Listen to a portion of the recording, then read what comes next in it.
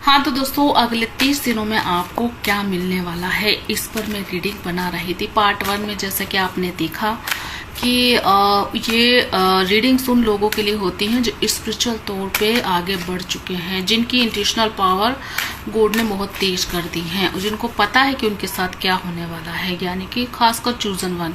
अगर आप भी चूजन वन बनना चाहते हैं तो आप कमेंट में लिखिएगा कि हम भी चूजन वन बनना चाहते हैं, क्योंकि चूजन वन को जो मिलता है ना लाइफ में, वो इस दुनिया में किसी को नहीं मिलता है। बहुत सारे लोग ऐसे हैं जो समझते भी नहीं है कि चूजन वन क्या होते हैं।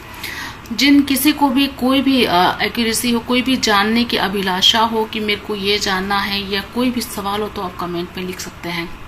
एनीवेज, अपने टॉपिक पे वापस आते हैं। आपके 30 दिनों में आपको क्या मिलने वाला, कैसी आपकी एनर्जी रहने वाली, सबसे बड़ी बात तो ये हम वो चेक करेंगे। और यूनिवर्स आपको उसके लिए क्या गाइडेंस देना चाहती है, यूनिवर्स क्या कहना चाहती है कि आपको उससे संबंधित क्या चीजें करनी चाहिए। ठीक है, ठीक है। पहले हम आपके लिए कार्ड्स निकाल लेते हैं। तो हर हर महादेव अपने मन में बोलते रहिए, उनसे पूछिए कि आपको वो क्या बताने वाले हैं, या आप जानना चाहते हैं उसके लिए आप उनसे प्रार्थना कर सकते हैं। महाकाली की प्रेरणा से मैं ये रीडिंग्स करती हूँ और सभी देवी देवताओं का इसमें समावेश होता है, क्योंकि सर्वेश्वर जो परमपिता परमेश्वर हैं सभी उनके नीचे हैं।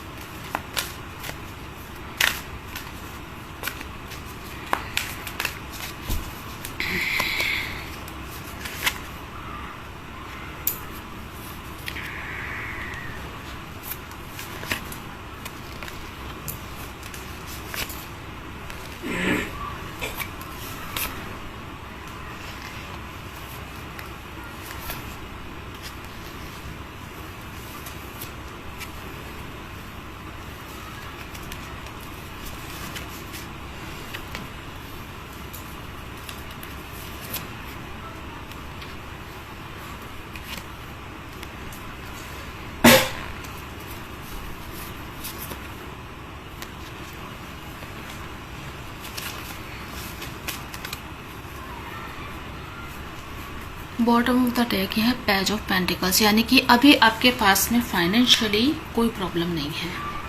ठीक है, चलिए गाइस, कार्ड्स को देखने के बाद में मुझे ऐसा लगता है कि अगले 30 दिनों में आपकी एनर्जी ऐसी रहने वाली है। हालांकि आप थोड़े से स्टबर्न एनर्जीज में रहते हैं। स्टबर्न मीन्स थोड़े से व्यावहारिक तौर पे अपने आप के अंदर, यानी कि खुद में थोड़ा सा गुरूर है ना, थोड़ा सा गुरूर, थोड़ा सा घमंड, थोड़ी सी ऐसी चीजें जो प्रैक्टिकल वे में सही नहीं होती है। यानी कि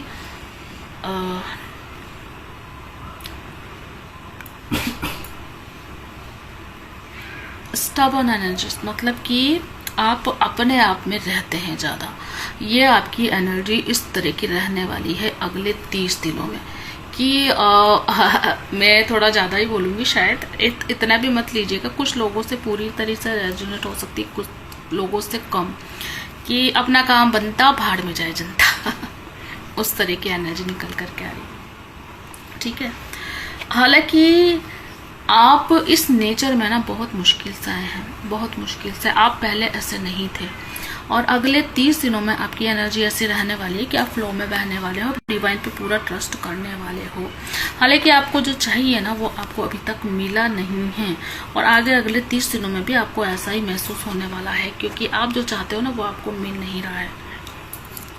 आपका स्वास्थ्य भी खराब रहने वाला है अगले 30 दिनों में, ये भी ध्यान रखिएगा।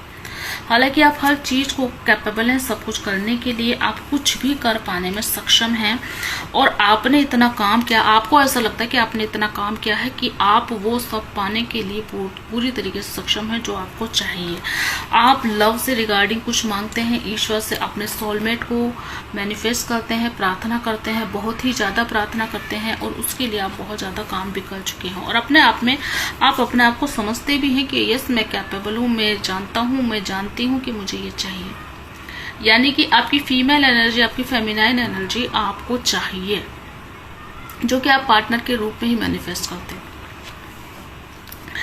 हालांकि जो नकारात्मकता थी ना आपके आसपास, वो नकारात्मकता अब चली गई है, अब नहीं है। और अगले 30 दिनों में भी आपकी एनर्जी ऐसी ही रहने वाली है कि आपको वो नकारात्मकता नहीं महसूस होगी।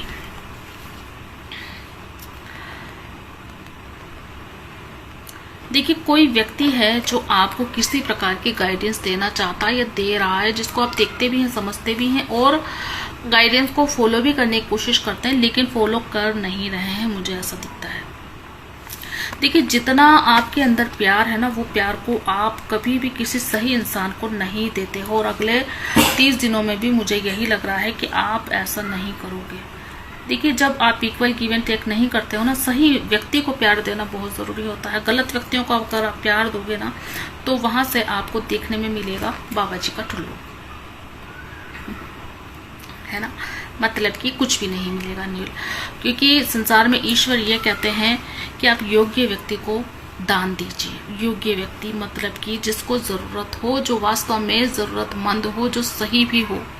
आप अगर अपना पैसा कहीं लुटा करके आएंगे ना, तो वो पैसा कभी वापस नहीं मिलेगा। गलत व्यक्ति को देंगे तो कभी नहीं मिलेगा। सही व्यक्ति को देंगे तो ईश्वर तो देगा, लेकिन वो तभी देगा ना जब आपके खाते में वापस से लिखना चाहेगा। ईश्वर की मर्जी है वो आपको कब देता है। तो तब तक तो आप परेशान हो जाओगे ना। अगर आप परेशान नहीं होना चाहते हो तो सही व्यक्ति को दीजिए, सही व्यक्ति की गाइडेंस लीजिए और सही व्यक्ति को ही कोऑपरेट कीजिए, क्योंकि सही व्यक्ति ही आपको सब कुछ दे सकता है या दिला सकता है। ठीक है, चलिए कुछ कार्ड में और निकालती हूँ कि और क्या यूनिवर्स आपको इस बारे में कहना चाहते हैं, यानी कि 30 दिनों की एनर्जी आपकी और क्या रहने वाली है। एनर्जी होगी तो एनर्जी, गाइडेंस होगी तो गाइडेंस, जो भी यूनिवर्स मुझे बताएंगे मैं वही बताऊंगी। देखिए, किसी की फेमिनाइन एनर्जी आपके पास में अगले 15 दिनों में, मतलब 15 दिनों की एनर्जी तो वो थी जो मैंने आपको बताई है। अगले 15 दिनों में जब यूनिवर्स की गाइडेंस आप मानेंगे या उन पे ट्रस्ट करेंगे, तो आपको ये महसूस होगा कि आपके साथ कोई डिवाइन की एनर्जी जुड़ चुकी है। डिवाइन की एनर्जी मीन्स एक फेमिनाइन एनर्जी जो पूरी तरीके से कैपेबल है, वो आपके साथ जुड़ चुकी है।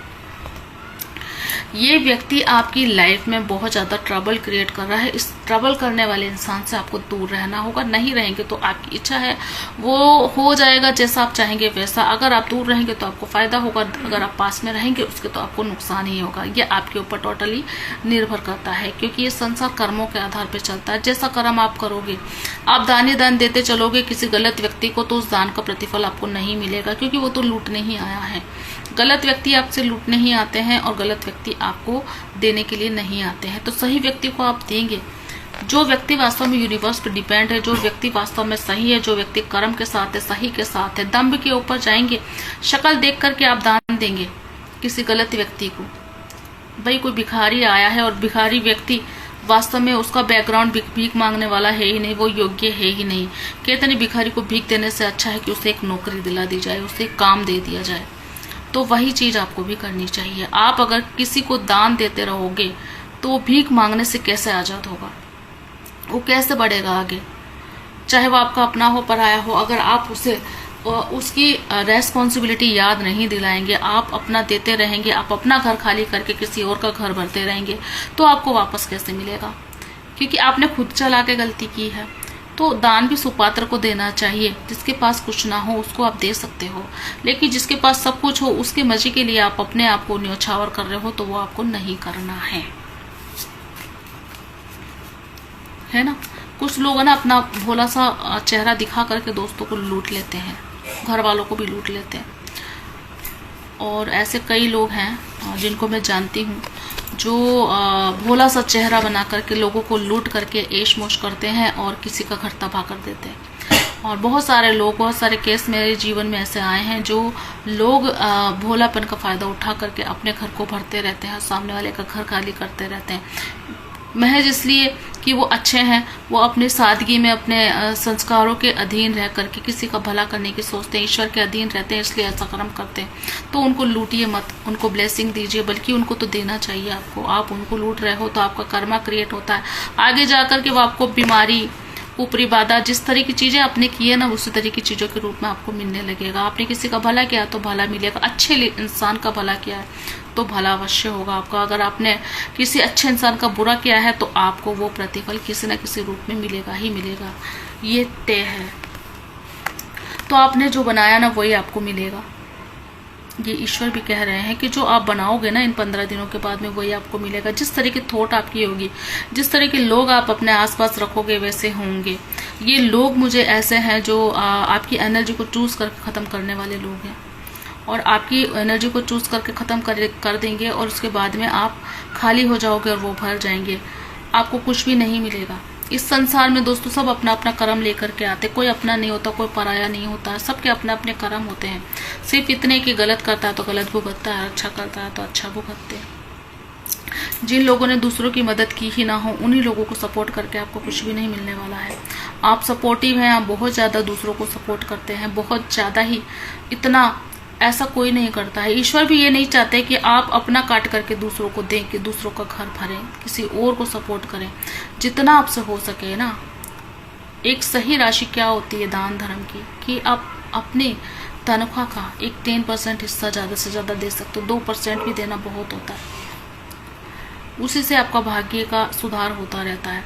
लेकिन अगर आपने अपना बूता नहीं है और उससे ज्यादा चद्दर से ज्यादा पैर पसार करके किसी को दिया है ना, तो ये आपको नुकसान ही का कारण बनेगा।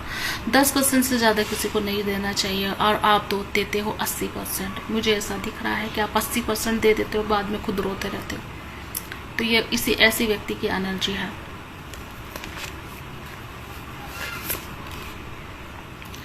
यूनिवर्स इस बात से आपसे बहुत खफा है कि आप अपने बारे में बिल्कुल भी नहीं सोचते हो, यही आपकी एनर्जी है। बहुत ही ज्यादा खफा है कि आप अपने बारे में नहीं सोचते हो, अपने लोगों के बारे में नहीं सोचते, जिन लोगों की वजह से आप अपना भाग्य जनरेट करते हो, जिन लोगों की वजह से आपको पैसा मिलता है, जो लोग स्टार की तरह आपके साथ जुड़े हुए हैं, आपकी एनर्जी के साथ में जो आपके घर परिवार के लोग जुड़े हुए हैं, उन्हीं को आप नहीं देते हो और कहीं और देते हो आप। तो ये चीज यूनिवर्स को बहुत ही नाराज कर रही है आपसे। अब वो कहती है कि अपने आप को प्रोटेक्ट करो, अपने आप को प्रोटेक्ट करो, यानी कि अपने मनी को, अपने तन मन धन को प्रोटेक्ट करो। किसी भी गलत व्यक्ति को नहीं दो, सही व्यक्ति को दो। सही व्यक्ति को भी कब दोगे, जब आपके पास सामर्थ्य होगा। आप सामर्थ्य से अधिक किसी को देते रहोगे तो आपको कभी भी भला नहीं होगा, क्योंकि तो बेवकूफी है, सरासर बेवकूफी है। देखिए, इसकी वजह से आपकी फैमिली में डिस्टरबेंस चल रही है, जो चलेगी आगे, आगे भी चलने वाली है। ये दिख रहा मुझे 30 दिन की एनर्जी। क्योंकि इसका कारण ये है ना कि आप अपने नेचर को नहीं बदल रहे हो, आप अपने नेचर में वैसे ही रहने वाले हो जैसे पहले थे, जो कि हमेशा से ही रहे हो। हालांकि सही है, ये शनि का कार्ड है, जैसा करोगे वैसा भरोगे। देखिए, सही व्यक्ति को दान देना बहुत अच्छा होता है, उसका आपको कर्म फल मिलता है। लेकिन बुरे व्यक्ति को दान दोगे ना, तो बुरे व्यक्ति का भी आगे चल के बुरा होगा, क्योंकि उस व्यक्ति ने आपको फायदा उठाया है, उसको शनिदेव भरपाई करेंगे ही करेंगे। आपने किया है अच्छा, जिसका छीन करके किया ना आपने अच्छा, उसका अच्छा तो शनिदेव कर देंगे। लेकिन जिसका अच्छा आपने किया है, जिसका बुरा आपने किया है, जिसके हक का मार के आपने किसी और को दिया है, तो वो शनिदेव वहां से छीनने में सक्षम है। लेकिन जिसका अच्छा होना चाहिए था आपके पैसे का, आपके तन मन धन का, उस व्यक्ति को ना नहीं दिया है, तो उस व्यक्ति को तो ईश्वर दे ही देंगे। ऐसी बात नहीं है, ईश्वर शनिदेव सबके साथ है। और ईश्वर, ये जो संसार है ना, न्याय प्रवृत्ति पर चलता है, न्याय होकर के रहता है, चाहे जन्म में हो चाहे उस जन्म में। एक व्यक्ति को आप मार भी देते हो ना जबरदस्ती करके, उसके हक का हनन करके, या खून भी कर देते हो ना किसी का, तो एक वक्त ऐसा आता है जब आपका भी खून होता है। तो आप किसी को कितना भी बचाने की कोशिश कर लो, ईश्वर उसको जरूर से दंड देंगे। और ईश्वर दंड इस तरह से नहीं देते कि वो मार रहे हैं हाँ करके, ईश्वर केवल अपना हाथ हटा लेते हैं, बस। ईश्वर का हाथ हटा नहीं है दुर्घटना घटी है ना मतलब कि ईश्वर का हाथ होता है तो आपके जीवन में अच्छा अच्छा होता है, और ईश्वर का हाथ नहीं होता तो आपके जीवन में बुरा होने लग जाता है। ईश्वर को आपके कर्म पसंद है, और कर्म भी ऐसे होने चाहिए जो वास्तविक नेचर से हो, मन से निकले हुए हो। आप किसी के ऊपर तंत्र मंत्र करवा रहे हो और आप बाद में अपेक्षा करते हो कि आपको बहुत सारा धन मिले, आपको बहुत सारा हक मिले, वो मिलेगा। बरसों आप किसी को धोखा दे सकते हो, बरसों आप किसी को चीट कर सकते हो, लेकिन जब आपके ऊपर गाज गिरेगी ना, तब तमाशे में मजा आएगा आपको। तो ऐसा कभी ना कीजिए किसी के साथ में, क्योंकि जितना इस संसार को कर्मों के आधार पर ईश्वर दिखता है ना, कोई नहीं दिखता है। ईश्वर के हाथों से ये संसार चलता है, ना कि नकारात्मक शक्तियों के आधार पे। कभी भी किसी के लिए बुरा नहीं सोचिए। हाँ, बुरा व्यक्ति जिसने आपके साथ हनन किया, जिसका आपने आपके अधिकारों का हनन किया है, उसके साथ बुरा करने का अधिकार ईश्वर को भी है, और आपको भी उसके प्रति कुछ कहने का अधिकार है। लेकिन अगर आपका बुरा किसी ने नहीं किया ना, तो आपको उसके प्रति बुरा करने का कोई अधिकार भी नहीं है।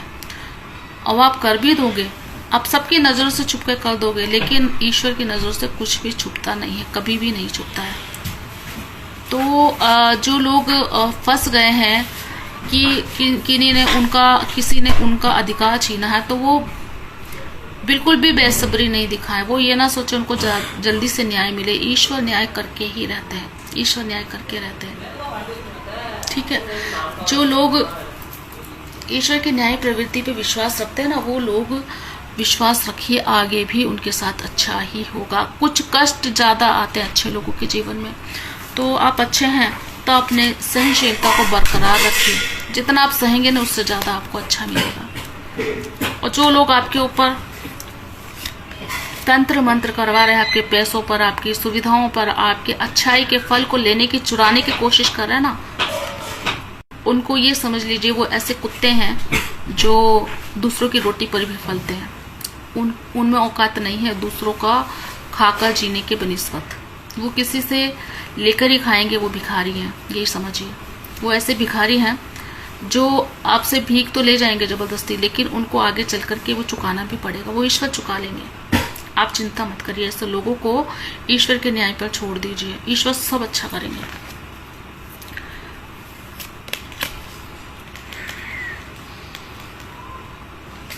देखिए, ईश्वर यही कह रहे हैं कि सबसे पहले आप अपना प्रोटेक्शन कीजिए, अपने आप को प्रोटेक्टेड रखिए, ऐसे लोगों से दूर रखिए जो लोग आपके जीवन में आपके जीवन का ह्रास कर रहे हैं, आपके जीवन का नुकसान कर रहे हैं, आपके जीवन घर परिवार में बाधाएं उत्पन्न कर रहे हैं, आपके जीवन को बसने ही नहीं दिया, फैमिली खराब कर दी, डिस्ट्रॉय कर दी आपकी अच्छी सकारात्मक ऊर्जाओं का फल उन्होंने लिया है। उन्होंने अपना बचाया, दूसरे का खाया। ऐसे लोगों से बच करके रहिए।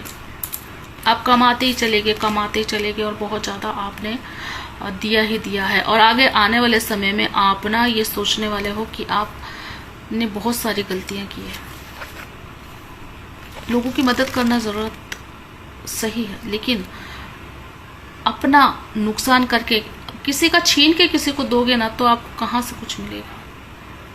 आपके पास ज्यादा है, आप दे सकते हो, ज्यादा है तो दीजिए, बहुत ज्यादा दीजिए, सही इंसान को दीजिए। पहली बात तो ये कि दान और मदद सही इंसान को देनी चाहिए। गलत इंसान को दोगे तो आपको कभी भी नहीं मिलेगी। यही एनर्जी आपके साथ होनी चाहिए कि आपको पता हो कौन गलत है कौन सही है। अगर आपको ये भी पता नहीं है ना, तो आप अपने जीवन में एक तरीके से झक मार रहे हो, है ना, ठीक है। मैं सही शब्द इस्तेमाल करूंगी, क्योंकि जिन इंसानों को ये भी पता नहीं है ना कौन सही है कौन गलत है, कौन आपका फायदा उठा रहा है, कौन आपको बर्बाद करने की कोशिश कर रहा है। आजकल ये जीवन पता नहीं कैसा हो गया दोस्तों, कलयुग है ये। घर का भेदी लंका डाहे, वही बात सिचुएशन हो रही है कि जो लोग घर परिवार के लोग होते हैं ना, सबसे ज्यादा तो वो आपको मार डालते हैं।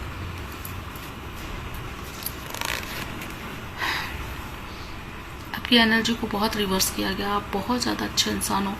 आपने जो किया है ना, वो संसार में शायद एक भगवान की तरह, आपने एक भगवान जैसे सोचते हैं ना, वैसे आप सोचते हो। और मैं ऐसे इंसानों को ईश्वर का भरपूर प्यार पाने में सक्षम पाती हूँ, क्योंकि ये वही इंसान है जो चूजन वन की यात्रा में निकल पड़ते हैं। और चूजन वन वही होते हैं जो ईश्वर की गोद में बैठ करके बाद में तमाशा देखते हैं।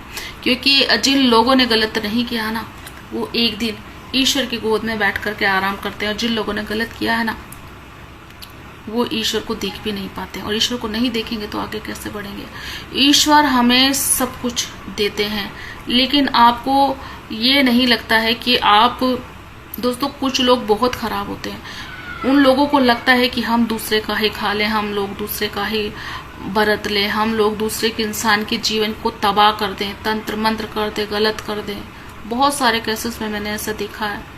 मैंने अपने जीवन में बहुत सारी ऐसे दुर्घटनाओं वाले लोगों को भी देखा है, और बहुत सारी चीजें ऐसी देखी हैं जिससे मैं ये समझ सकती हूँ कि इंसान किस हद तक गिर सकता है, किस हद तक किसी का जीवन बर्बाद कर सकता है। अपने आप को बचाइए, प्रोटेक्ट कीजिए, क्योंकि ये संसार ना, सबसे बड़ी चीज भोले इंसानों का यही काम होता है कि वो अपने जैसे लोगों को समझते हैं, लेकिन ये संसार बहुत खराब भी है। ऐसे लोगों से अपने आप को प्रोटेक्ट कीजिए, क्योंकि ऐसे लोग ना आपके जीवन को बर्बाद कर देते हैं। और सभी लोगों से मैं सिर्फ इतना ही कहना चाहूंगी कि अपने आप को प्रोटेक्ट कीजिए। ऐसे डिवाइन के जो गिरे हुए लोग हैं ना, ये डिवाइन को भी नहीं मानते हैं। इनका वर्चस्व इतना सा है, केवल झूठ दंभ के आधार पे लोगों को नकली प्यार दिखा करके उनके जीवन को बर्बाद करते रहते हैं।